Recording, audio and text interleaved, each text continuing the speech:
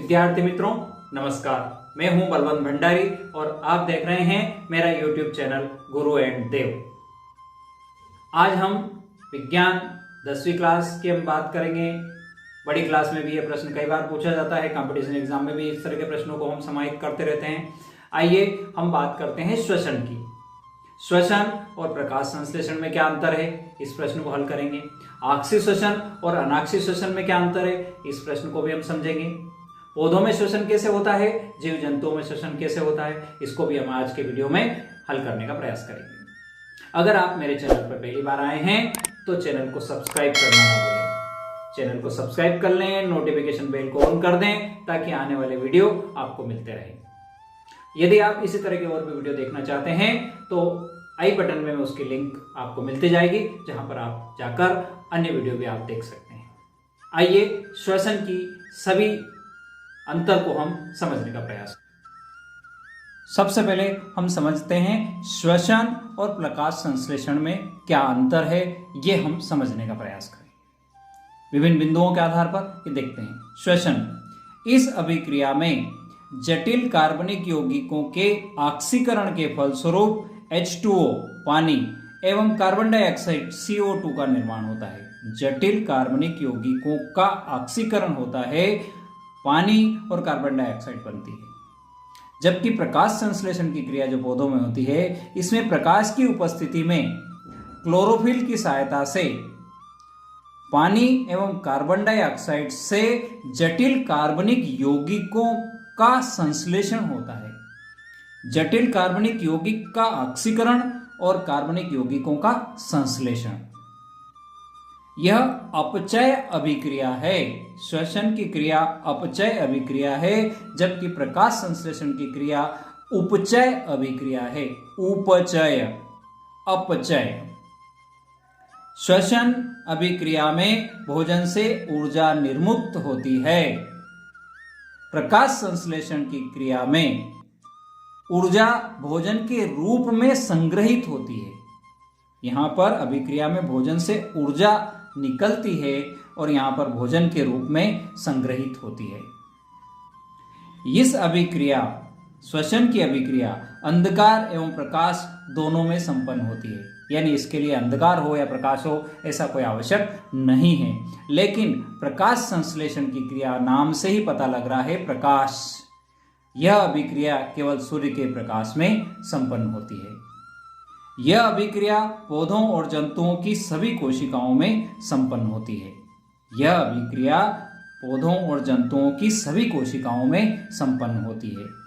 यह अभिक्रिया पौधों की सिर्फ हरी कोशिकाओं में संपन्न होती है। जहां क्लोरोफिल पाया जाता है वहीं पर यह हरी कोशिकाओं में संपन्न होती है।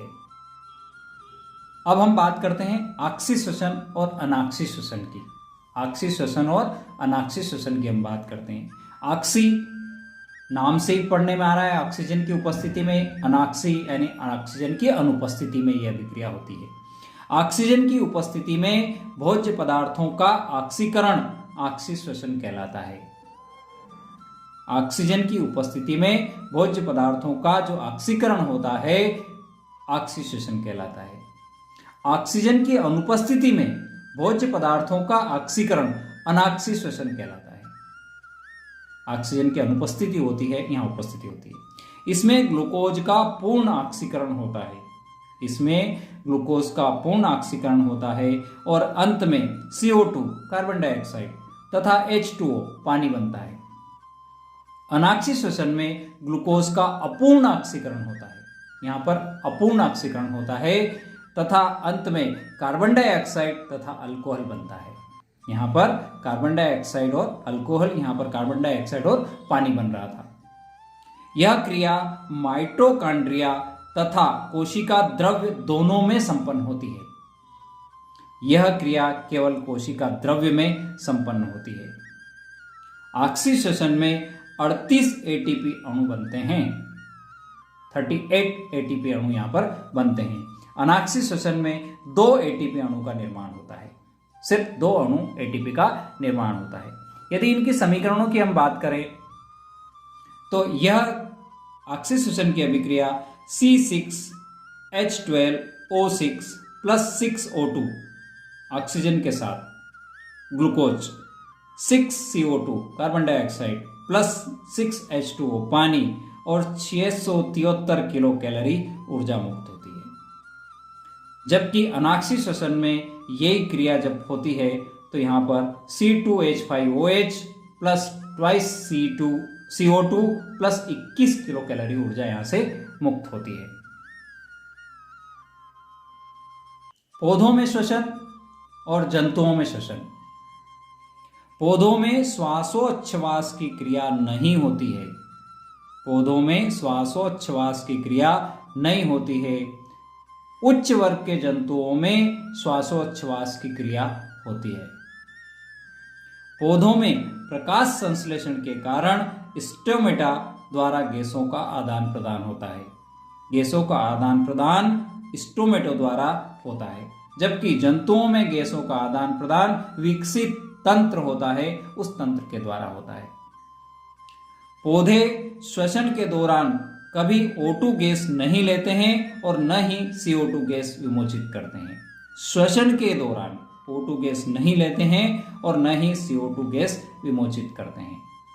जंतुओं में श्वसन के दौरान O2 गैस ली जाती है और कार्बन डाइऑक्साइड गैस विमोचित की जाती है। विद्यार्थी मित्रों, आप समझ गए होंगे श्वसन और विभिन्न अंतर को। यहाँ पर एक और शब्द श्वासोच्छ्वास का प्रयोग किया गया है, उसको भी समझना आवश्यक है।